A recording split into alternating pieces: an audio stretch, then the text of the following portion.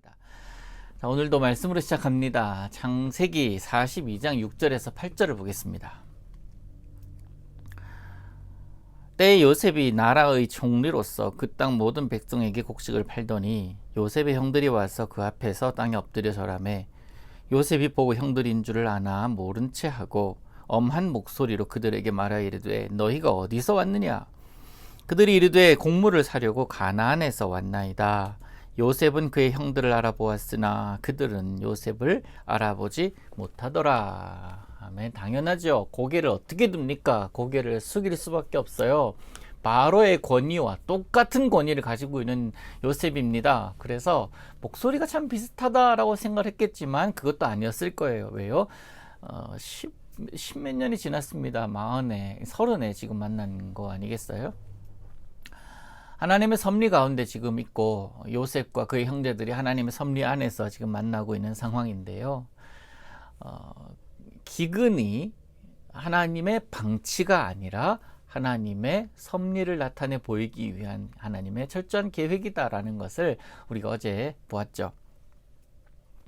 종종 미국 해안을 강타하는 허리케인이나 우리 이 땅에서도 뭐 화산이 한 번씩 폭발을 하기도 하고 또 지진이 있어서 사람들에게 대피령을 내리기도 하는 때가 종종 있지 않습니까?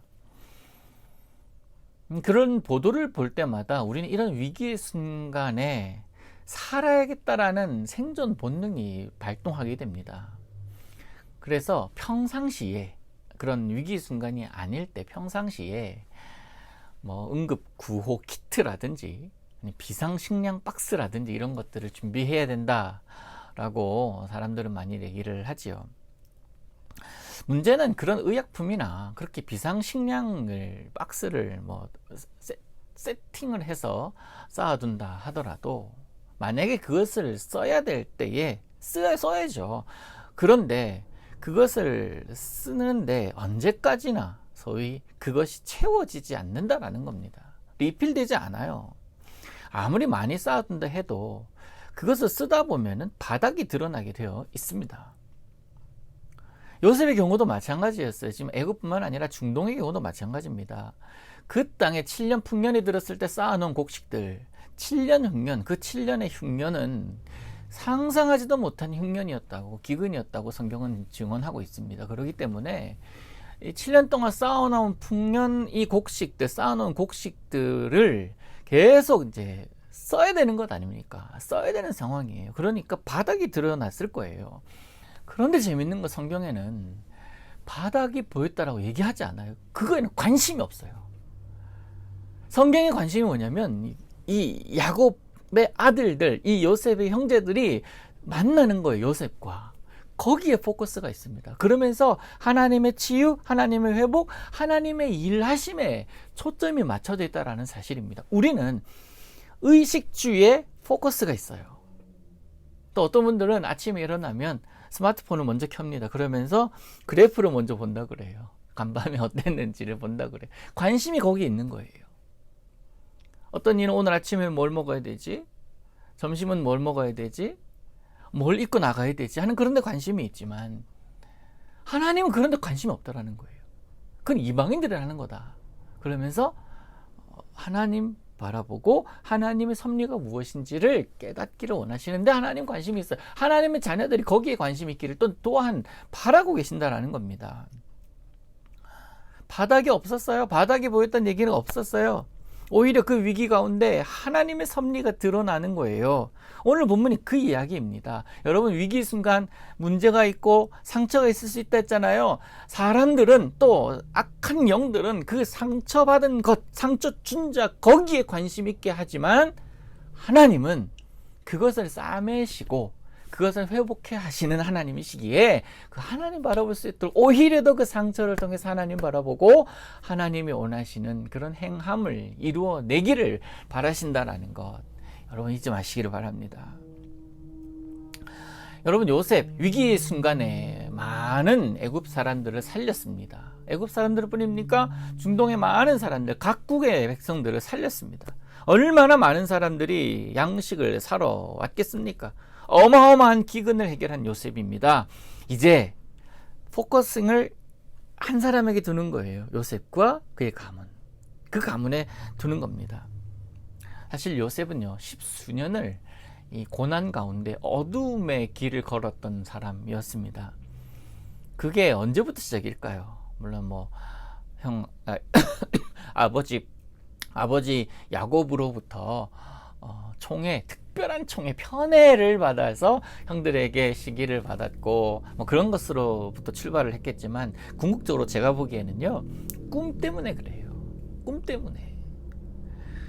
형들에게 절받는 꿈을 꾼 이후부터 시작된 것이 아닐까 하는 생각을 합니다. 그런데 그 꿈은 그를 어떻게 인도했습니까? 중앙재해대책본부장 쉽게 얘기하면 총리직으로 그를 이끌었지 않습니까? 애굽의 양식을 사러 온 형들은 자신 앞에 그 자신을 바라보고 있는 위엄 있는 자가 요셉임은 상상하지도 못합니다. 그런 모습으로 요셉 앞에서 절을 하고 있어요. 요셉은 형을 알아봅니다. 그런데 자신의 정체를 숨겨요. 그러면서 너희들 어디서 왔냐? 라고 목소리를 확 바꿔서 얘기를 하죠. 엄한 소리로, 모르는 체 하고 엄한 소리로 이야기를 합니다. 형들은 요셉이 그들에게 얼마나 관심을 가지고 신문하고 있는지 모릅니다. 단지 어디서 왔는지 물어보는 걸로 생각을 했겠죠. 그래서 그저 곡물을 사러 가나안에서 왔다고 그렇게 이야기를 할 뿐이에요. 여러분, 요셉은 알지만 형들은 모른다고 했잖아요. 요셉은 형들임을 알지만 형들은 요셉을 모른다. 이거 굉장히 좀 그 장면을 하나님께서 보고 계세요. 왜요? 하나님 인도하셨으니까. 그 장면을 하나님이 보고 계시면서 어떠셨을까요? 웃었을 것 같아요. 하나님의 계획이었으니까. 그리고 하나님의 계획대로 내가 보여준 20년 전에 보여준 그것대로 지금 펼쳐지고 있으니까 하하하 하지 않으셨겠어요? 저도 이 모습 보면서, 여러분도 이 상황을 보면서 통쾌하지 않습니까? 나도 통쾌하고 여러분도 통쾌한데 우리 하나님은 얼마나 통쾌하시겠냐고요. 그 꿈에 보여준 모습이 지금 현실에 이루어지는 것을 보면서 하나님은 웃지 않으셨을까, 그런 생각을 했습니다.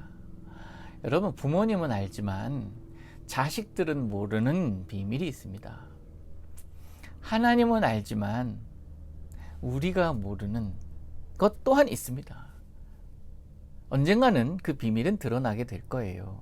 뭐 영원히 감추어진 비밀도 분명히 있겠지만 드러나는 경우가 많죠. 비밀은 드러날 때, 그 비밀이 드러날 때 우와 하는 거예요. 감격하게 되는 겁니다. 특별히 하나님께서 우리를 향한 계획 가운데 있는 비밀은 우와 놀라울 정도로 하나님께 영광 돌릴 만한 일이 아니겠습니까? 지금 그 하나님의 비밀이 펼쳐지고 드러나고 있는 상황 아닙니까? 우리가 우둔하여서 하나님의 뜻을 모른 채 살아가지만 결국 하나님은 하나님의 사람을 통하여 하나님의 비밀을 밝혀 보이실 때가 있습니다. 오늘도 아마 그러할 거예요. 하나님 왜요? 하나님 무슨 뜻입니까?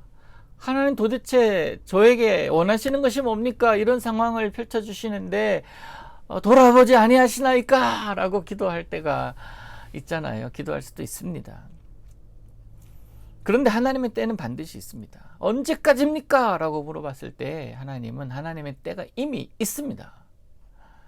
그게 비밀이에요. 그 비밀이 풀려질 때가 있습니다. 요셉은 자기 앞에 엎드려 있는 형들의 모습을 보면서 20년 전에 그 꿈을 다시 떠올리지 않았겠습니까? 그땐 자신도 그 꿈의 뜻이 뭔지 몰랐을 것 아닙니까? 그런데 뜻을 모르지만 얘기했어요. 이런 꿈을 꿨다라고 얘기했을 뿐 아닙니까? 그런데 그 꿈이 현실이 된 순간에 자신도 있으니 얼마나 큰 감격이고 얼마나 큰 놀라움이겠습니까? 그러니까 우리 하나님은 우리로 하여금 서프라이징 이벤트를 즐겨 하시는 분이시다라는 것. 오늘도 여러분, 하나님께서 여러분을 깜짝 놀라게 하실 수도 있어요. 기도했는데 하나님이라고 불렀는데 평소에 대답도 안 하시던 분이 하나님 했는데 왜? 라고 하실 수도 있어요. 놀라지 마십시오. 하나님의 계획이고 하나님의 비밀이에요. 그냥 하나님의 주권이기도 하죠. 내일 볼 말씀이지만 9절 이후부터 보면 요셉이 그 꿈을 생각해냅니다. 그 꿈을 생각하고 그들을 대하는 것을 볼 수가 있어요. 사랑하는 성도 여러분, 하나님의 계획을 우리는 알 수가 없습니다. 그러나 하나님은 그 사랑하는 자에게 그 계획을 보이실 때가 있어요. 어떻게? 오늘 본문처럼 꿈을 통해서 언제 또 어떤 방법으로 내가 잠시 스쳐 지나가는 생각을 통해서 하나님은 그 계획을 보이실 때가 있습니다. 또 우리에게 이미 주신 말씀을 통해서. 우리는 다 몰라요. 그런데 우리는 모르지만 몰라서 안 가는 게 아니라 하나님의 살아계심을 믿고 나가는 자들이에요. 믿고 나갈 때 몰랐지만 주실 은혜들이 너무나 많음을 살면서 깨닫게 되는 게 그리스도인의 라이프 스타일이에요. 하나님께서 하나하나 보여주심, 하나하나 열어주심, 하나하나 해결해 주시는 그 하나님이심을 여러분 오늘도 경험하시기를 바랍니다. 주와 동행하십시오. 그럴 때 알 수 있고, 그럴 때 하나님의 여러분을 향한 특별한 이벤트를 경험하게 되실 것입니다. 그 하나님이 여러분과 함께 하시기를 원하십니다. 여러분 앞에 이미 계십니다. 여러분 안에 이미 들어와 계십니다. 여러분이 마음의 문을 열고 그를 받아들이고 그와 함께 더불어 오늘을 살겠다라고 결단할 때 하나님은 여러분과 동행하시고 하나님의 사람으로 여러분을 인정하시며 살게 하실 것입니다. 그 믿음으로 오늘도 영과 육이 샬롬 하시기를 우리 예수님의 이름으로 축복합니다. 오늘 저녁에는 수요 예배를 평소에는 녹화를 해서 그렇게 여러분에게 송출을 했지만 오늘은 현장에서 예배를 드리려고 합니다. 8시에 예배를 드리겠습니다. 여러분 기억하시고 나오셔서 함께 기도하고 함께 찬송하고 함께 말씀 나누는 그런 시간을 가져보십시다. 기도하겠습니다. 사랑하는 하나님, 오늘도 주와 동행하기를 원합니다. 주님과 동행할 때에 영과 육이 평안해지고 샬롬 누리는 것을 느끼게 경험케 하옵소서. 오늘 하루도 주님께 의탁합니다. 예수님의 이름으로 기도하옵나이다. 아멘.